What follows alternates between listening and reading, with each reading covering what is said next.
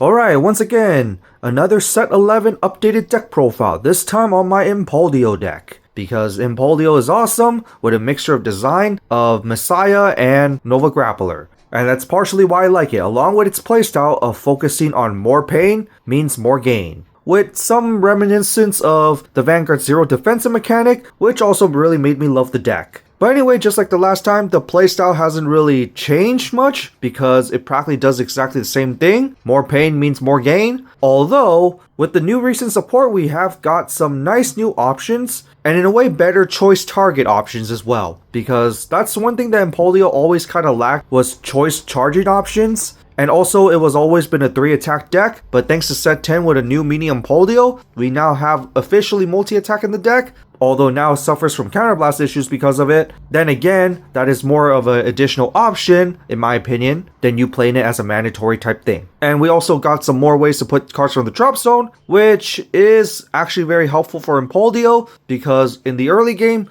drop zone cards can be very lacking, and sometimes even in the late game, and that is one weakness that Impauldio does have. You do have to kind of focus on the guarding or putting cards in the drop zone, because if you do get crit, you can be basically short on one card. And that's something I really like about this deck because it plays a little interesting on whether you want to be hit or not, and yet to time everything correctly. So that is just something I kind of like with the deck because I kind of like gimmicky decks, but that's just me. But anyway, with all that out of the way, let's just begin with the deck profile with, of course, the Ride deck.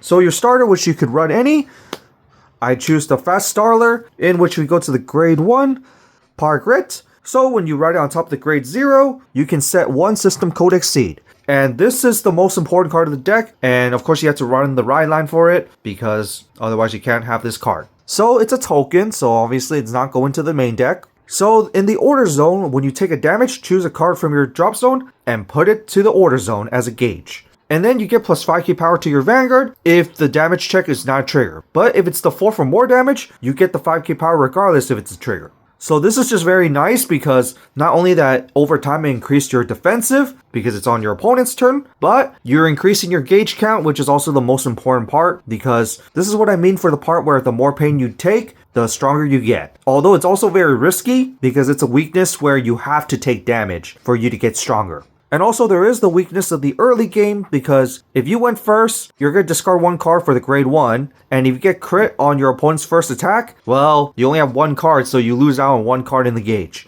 And that is still technically a problem for the deck. But there are kind of certain other ways for you to put cards in the drop zone, but at the same time, there's like other better options that you might want to run. So you do have to make sure you time this part correctly and see if it's worth risking or not. But it is optimal for you to fill up your drop zone in the early game so you can actually increase your gauges with this. And then we go to Drazi Vola. So when your Grade 3 Impauldio rides on top of it, you put the top card of your deck into the gauge and then choose one card in the gauge and put it to your hand. Yes, that is nice that you can put a card back to your hand from the gauge, although that does minus you one gauge as well, so you do kind of have to be careful with that, especially since there is one certain card that kind of makes you don't want to recover that one gauge to your hand. So in a way, it could be considered both a plus or a minus at the same time. That's unless if you got a heal trigger. So just be aware of that, but it is personal opinion on whether you want to put that card back to your hand, especially since you could put the PG back in your hand, which is also pretty nice.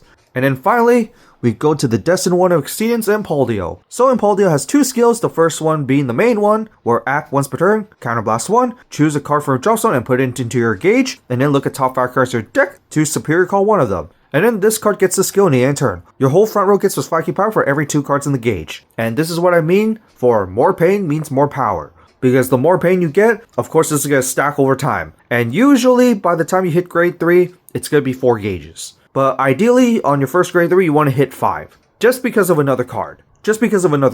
So meaning that technically you kind of want to take 3 damage before you ride into this. So this one can give you the 4th one along with your ride line giving you the 5th one. So that's the ideal situation, but at least 4 or 5 by the time you ride Grade 3. Especially to maximize your power for the Divine skill, where if your opponent's Vanguard is at least Grade 3, well, you have at least 4 gauges, you can counterblast 1, discard a card from hand, crit plus 1, and drive plus 2 into the turn. Yep, basically go all out on your opponent during Divine skill turn. This is one of those Divine skills where you kind of want to use it later on, so you could not only just stack the power on your front row, but also with the extra crit pressure and the drive checks, so you can go all out. You can use it in the early game you wish, but personally I would use this in the later game so you can finish off your opponent with, especially with the drive checks. But yeah, there's really not much to say about this because this is just mostly for more setup for your gauges, while also setting up your board, which is actually very nice because this deck really needs those pluses. And then continue off to the main deck. 3 more for Persona Writing because Persona Writing is always good.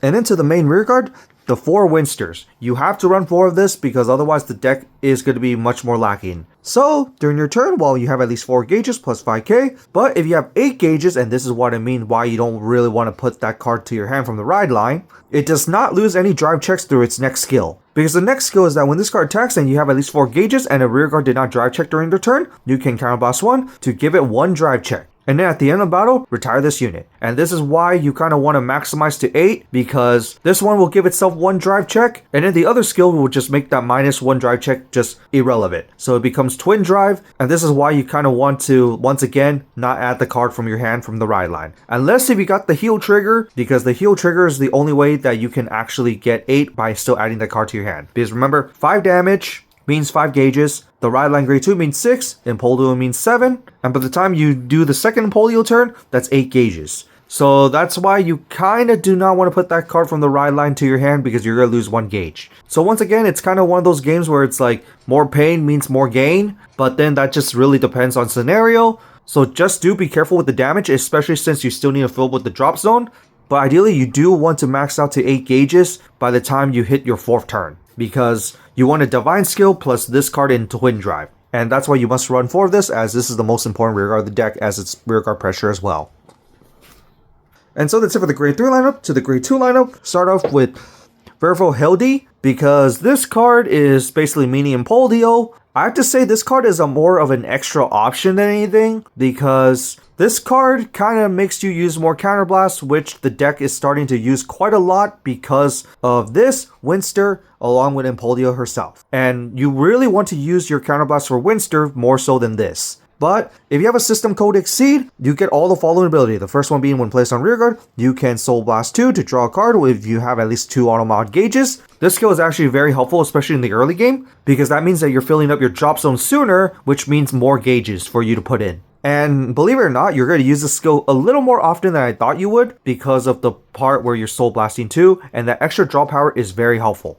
With the second skill, where at the end of battle this unit attacked at least a grade 3 unit, and if it was first battle of the turn, you could counterblast 1 to stand this unit. So this card doesn't really get any power on its own, and it has to be not boosted for the restand, so it kind of sucks for that. But luckily with Impauldio, you're already getting some extra power from Impauldio's skill, so that isn't entirely too bad, but the restriction of being the first battle kind of does suck, I will admit. But also, the counterblast usage. You have to really be careful with the counterblast usage, especially sometimes you might have to choose between this or Winstor, and most of the time you're going to choose Winstor because you have more powerful rearguards. At least when it comes to power-wise, then basically more attacks. But sometimes the extra attack does help. So it does depend on scenario sometimes, but do watch out for the counterblast. But it is another nice new option, so I do kind of still recommend running this card, especially for the Soul Blast 2 for draw. And then to one of the original cards for Impauldio, and you still probably should run this at 4, is Nebula Invoke Dragon. When this card attacks, you can Soul Blast 1 to give it plus 5k into the end of battle, but if you have at least 5 gauges, and this is what I mean, ideally first grade 3, 5 gauges, you get plus 15k instead. So 25k attacker on its own without Impauldios extra power already, and 1 extra Soul Blast means 1 more card in the drop zone, but you also use it for its second skill because while you have at least 4 gauges, shield plus 5k. Yes, it's a 20k shield and it also a big beater, and considering that this deck is all about big beaters, this is just a must run, and also less counterblast usage, which is why this is a prefer 4 of over the other one. There's not much to say about it, but you are going to be using the defensive skill quite often because of a tech card that you're going to run for the deck, unless you actually take it out. And then I run Radical Arne. I've seen people not run this, but personally I still like it because during your turn, while you have at least 4 gauges, it gets the boost ability plus 5k as well, but it's more so for the second skill because at the end of battle this new attack or boosted, and you put a card engaged this turn, you can retire this unit to choose one of your opponent's rearguards and retire it. It just adds some retire options for the deck. That's why I decided to run it, because sometimes you do want to snipe those pesky rearguards. And then a tech card that many people would run for the deck is the Barrage, because Barrage lets you pick 2 different grade 2s from the drop zone and put them to Guardian, and one of them could be the Nebula Invoke Dragon. and then you choose one of them to give it plus 10k shield. So you choose Nebula Invoke Dragon along with another card, that's already 25k shield, but plus another 10k from this card, that's a total of 35k shield, which is actually very huge. That can block a lot of attacks actually, just this one card. So that's why this is a good tech option. You could run more if you want, but considering the spacing and also because it's a blitz order, you kind of don't really want to run too many of these. So 2 is a decent number, but I do say 3 would be max. And so that's it for the grade 2 lineup. Now to the grade 1 lineup, to the new grade 1.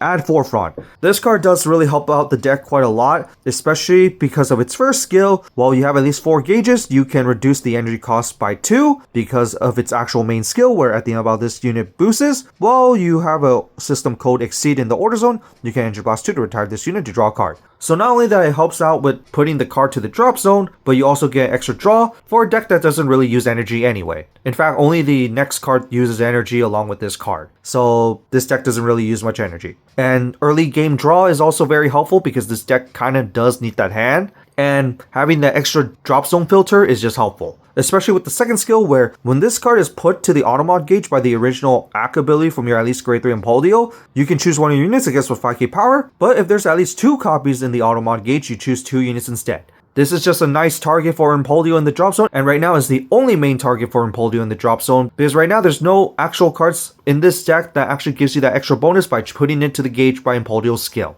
So yeah, not only that it's just drop zone filter, but also target for the drop zone, and it lets you draw cards as well. That's why you must run 4 of these, because it's literally one of your main early game cards. You kind of still want to see as soon as you can. Even though it does cost you 2 energy in the early game, it's still fine because the deck doesn't really use energy. And then we go to Halfway Router Dragon. This is the other card that uses energy, and it's one of the main ones because when placed on rearguard while you have an automat gauge, you can Energy Blast 3 to look at top 5 cards of your deck to choose up to 1 card from among them to call that is grade less than or equal to your Vanguard. And of course, shuffle your deck. And then when this card boosts, while you have at least 5 gauges, you can Soul Blast 1 to give plus 5k power in the battle. This you will sometimes use just to fill up your drop zone, but this is nice that you can use it on the early game to superior call, especially since this deck doesn't entirely pluses too much, and sometimes you are really heavily reliant on getting these extra pluses that you must run 4 of these. And since no other card uses energy besides this one along with the new grade 1, more so this one, this is just a must run 4 of just because of the extra plussing, especially with the option of letting you superior call. And then finally, 4 Bowl Mine for countercharging, because you really need the countercharging for the deck, especially with the new grade 2 that actually requires counterblast for restand. And then finally 4 PGs, because PGs. And into the trigger lineup, OT, run whatever OT you want. A crits to kill your opponent as soon as possible, because that's the point of the deck, especially with all the high power that you have.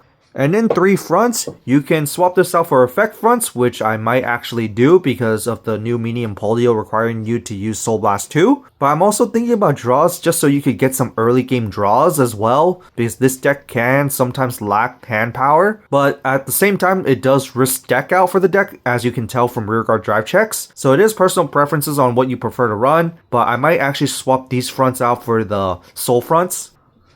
And finally 4 heals, 2 being counters.